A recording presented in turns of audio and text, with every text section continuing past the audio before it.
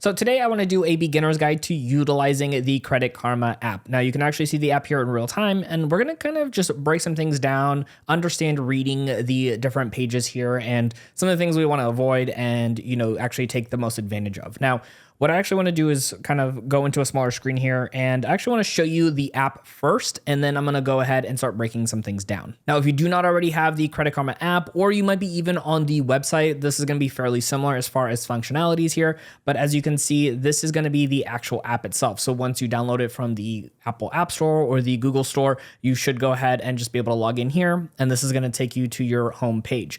Now, of course, you're going to have to set up your account itself, which means you're going to have to put in your private information, social security, date of birth, first and last name, all that information. Of course, that's what they need to be able to get your correct credit information. And then here's the best part. First and foremost, you get your credit scores completely for free from 2 out of the 3 major credit bureaus. Now, you can see here, TransUnion and Equifax are the 2 that are going to be available for us as of this recording.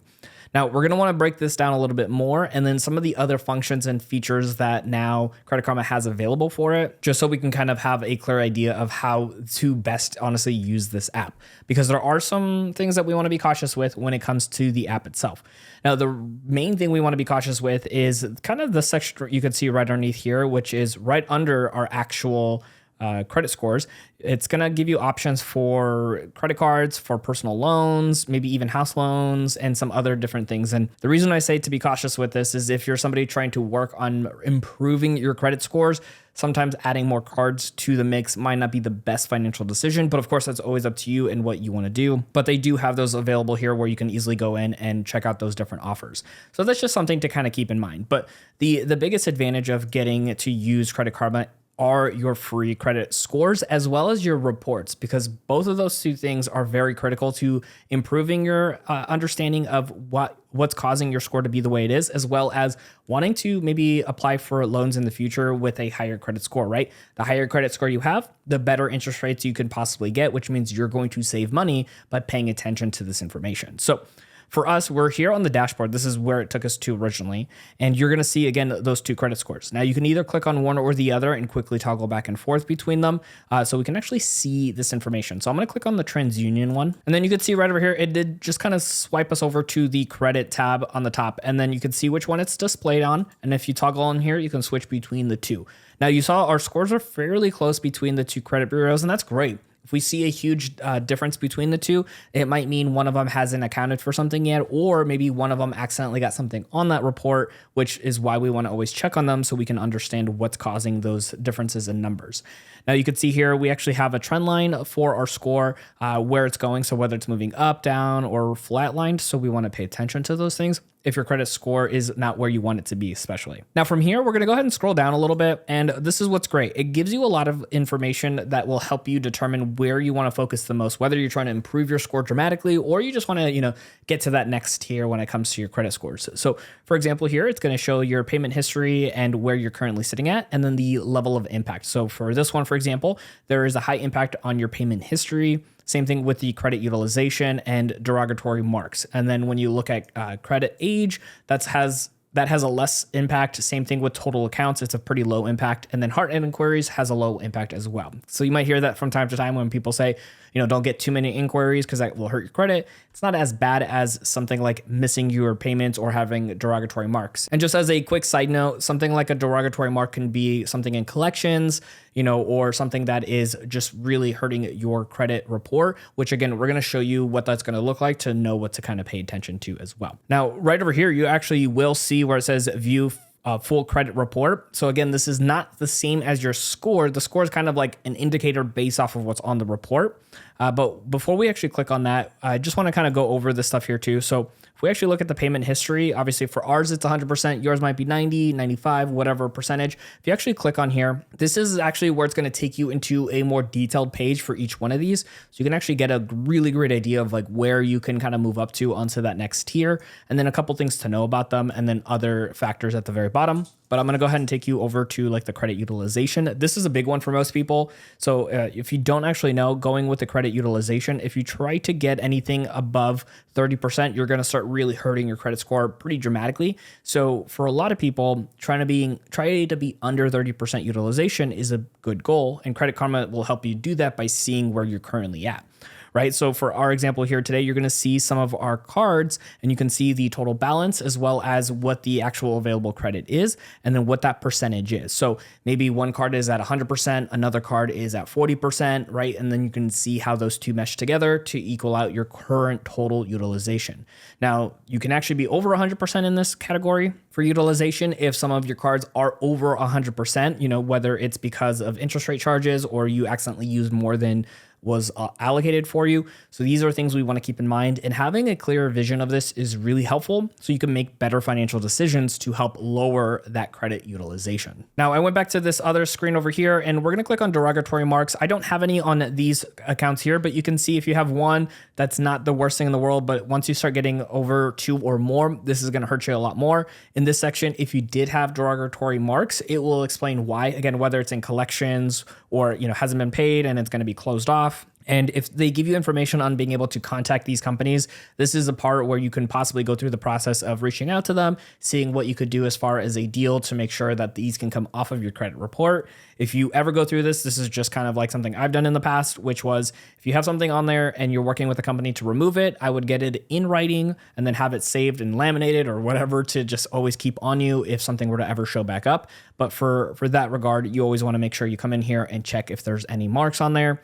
And here's what's really, really great too, is that as you go through these, you're going to get better at going through the process, understanding your credit score. Once you understand it better, you're going to have a better opportunity to increase your score, which, like we talked about earlier, will increase the likelihood of getting lower interest rates and saving more money long term. Now, credit age right over here, we're going to click on this. You can see ours says 5 years, and then you can see, the longer your age is for your credits, the better it's going to be. So if it's over 9 years of age as an average, then it's going to be higher. So the way that kind of works is you can see here, we have a couple cards. One card is 17 years and 6 months old. So just that itself, if that was the only card we had, we'd obviously be in the excellent category. But because we have different things like a home loan or other cards that we opened up within a smaller time frame, then it's going to lower down the average because of course it adds them all up and then divides it by how many accounts we have. So I scroll down here just a little bit more. So you can see one of our accounts is fairly new here. It's only a year and 2 months. So that obviously really brings down our average. But because we have 1, 2, 3, 4, 5, 6 every month, we're adding back over an extra month to each of these, which is going to help increase the average age. So every time we open a new account, this average is going to go down a little bit. But like we saw earlier, this has a medium impact. So it's not going to be detrimental for us to be where we're at right now. You can see it says medium impact. So getting it back to like a good is going to be super helpful for us. You saw we have a really solid credit score overall. So this doesn't really play a big part. But the thing we do want to keep in mind is this is the time where maybe adding 3 or 4 new cards all at once can have a really big impact on this as a whole, which then, since it's a medium impact, can have a pretty dramatic effect on your credit score in one go. But over time, it'll kind of increase the amount of years that are being added to your credit age as a total. So here in the total account section, obviously this is the low impact, and you can see here, just depending on how many accounts you have, this one actually says the more accounts you have, the better. And that might seem counterintuitive. Obviously, the way this kind of works out is they want to see how good you are at holding the accounts that you do have, and obviously not going over a certain percentage on your utilization. So it seems kind of weird, but it is kind of the way that it works out for them, because the more that they understand that you are good at holding onto the money that you have access to and not overspending it, the more likely they are able to give you more of that. Now we're going to go into the hard inquiry section here, and we talked about like adding multiple cards at once can sometimes be a little bit harmful, and hard inquiries also have an impact on you. Obviously low impact, but still nonetheless have an impact on your overall credit score.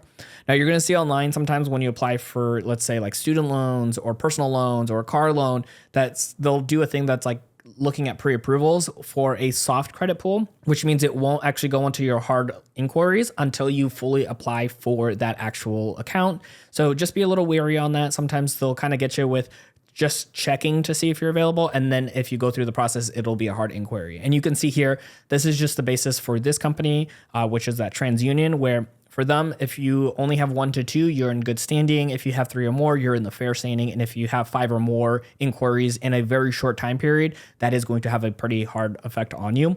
And you can see right over here how long it takes for those to actually kind of fall off of what they call the report. So for this one, it says at least 12 to 9 months before trying to get a mortgage or a big loan if you are, in that needs work category too. So, and as far as they, drop off, it just kind of really depends on each inquiry, but just keeping in mind that if you're trying to inquire for a lot of things in short periods of time, like a credit card, then a car loan and a house loan, and then all these different things, it can have that big impact on you overall. Now, like I mentioned, Credit Karma not only gives you that score, which is so nice and easy to see in real time, they also give you that option for looking at the full credit report. So let's go ahead and click on this and show you what that looks like. Now, with your credit report, the first thing you can actually do is look at it from different months. So here at the top, you can toggle here and you can see all of the different time periods that you can go back to and look at your report. So this is great to make sure that one, nobody's using your Social Security information without your authorization, making sure that if there's any remarks that they can get pulled off of. And this is just a great way to go through and see from different time periods. But the first thing it's going to do is iterate your actual current score. It's going to have some of your personal information. And then we're going to scroll down here just a little bit. And then the first thing it's going to have is our accounts. And then you're going to be able to see things like your auto loans, any credit cards, and if they're in good standing. You're going to see these little plus signs over here as well too. If you click on that, this is going to bring up kind of like a little map here for you that is going to give you a lot of information, such as how much you have left to pay. Obviously, our balance on this one is $0, when the account was open, the terms, and then how it's been being paid. You can see this little calendar over here. You're going to see check boxes for everything that was paid on time. Anything that's late has a little X on that. And then when it goes into the derogatory section. So if you see some of your cards with this information, this is where we want to make sure we're trying to catch up on all of our payments and be good on paying on time. And then how these kind of things affect you long term when it comes to actually being able to improve your credit score. And then down here, you're going to see where it says credit cards. And this is a great spot for you to be able to double check to make sure all of these cards are the actual ones you personally opened up. So if you see some initials that don't really match up with what you might have, Google search, whatever, the JPMCB might be, which obviously is with JP Morgan.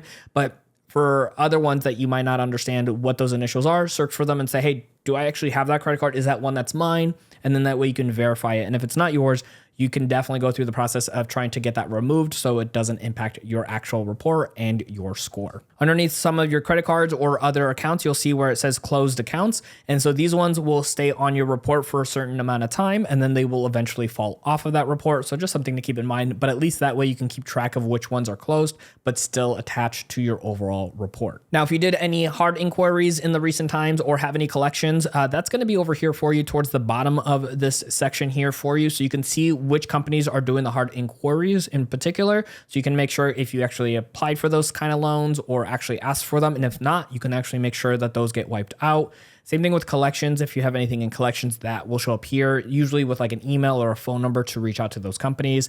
And I would encourage, if possible, to go ahead and go through that process so you can actually get those removed if they don't belong there, or if you want to try to get them cleared off of your report. So that way your credit score can eventually go back up. Now, I went back over here to the main screen where it shows our credit score with TransUnion. And if you go ahead and just toggle over with Equifax over here, it's effectively going to be the exact same thing when we scroll down here. Sometimes your information might be just a tiny bit different, just depending on when they're reporting and which information they have gathered and how they kind of take that criteria as well. So every company, when it comes to credit scores, is going to run things a little bit differently, although mostly the same, which is why those scores are fairly close to one another. So like you can see the credit age for this one is a little bit higher just based off of it going based off of months versus just full on years. And then again, you can go to the full credit report with this one and get all of your information together at once to make sure everything is lined up properly. Now, Credit Karma also does have additional features where you can add different accounts that you might have available, whether it's investing accounts, your checking accounts, and you can actually build up your net worth all here directly on the app. You can add in your debt that you currently have available that they can see, as well as creating a cash flow. So you can see all the money coming in, all the money going out, almost like a budget of sorts, but this will be directly with the accounts that you add on here. So for example, you can go ahead and add in any of the bank accounts that you might have, Again, you can also do a brokerage account or your retirement accounts to add in here to add into your assets if you wanted to go ahead and see kind of like a clearer picture of where you're standing with your finances as a whole. It doesn't cost you anything as well. It's all free, just like with downloading the app and creating the account. It's just all going to be encompassed into one for you. Now, Credit Karma also has what they call Credit Karma Money, and I personally do not have an account. As you can see right over here, it's still set up for sign up. I might in the future test it out to see the quality of this account versus something like a high yield savings or some online banks that I personally already use. So one day we'll go ahead and break this down a little bit more. But if you are somebody who maybe wants a type of spending account that maybe doesn't have a lot of fees and is easy to use, it looks like Credit Karma is going to offer that for you in the app. So try to kind of have everything all in one. So you can spend money. You also have a save option as well too, if you want to save some of that money that's in your account. So this would actually be very similar to an account, just like you would with high yield savings with Capital One or Ally Bank. So those are going to be options for you directly in there. That's going to be with the money tab on the bottom right-hand side of the screen. Now, I did go to the savings tab here just so we can check out what the APY is as of this recording. And it looks like it's at 3.10% APY. And some of the other bank accounts I use like Ally, Capital One, and M1 Finance all have much higher APYs, anywhere from 3.6 to 4% APY. So although this is much better than probably your regular bank accounts like a Chase or a Wells Fargo, this is actually still a little bit less than some of the other ones that are available for you to choose from. So again, in the future, we'll go through this and test it out and see if it's something worth utilizing, but it is available inside of the app at no additional charge. Now, when it comes to utilizing Credit Karma, these are some of the most important beginner portions of the app to be able to get the most value out of it, to be able to make sure that your credit score is good, to improve it, to work on it if that's what you need to do. Now, like I mentioned, this is a beginner's guide. So as you keep using it, there are going to be more features and functionalities that you can continue to utilize to get better at improving your credit score. Now, speaking of improving your credit score, we want to make sure that you keep on learning more when it comes to your credit score. So check out our video right over here on screen to keep on learning.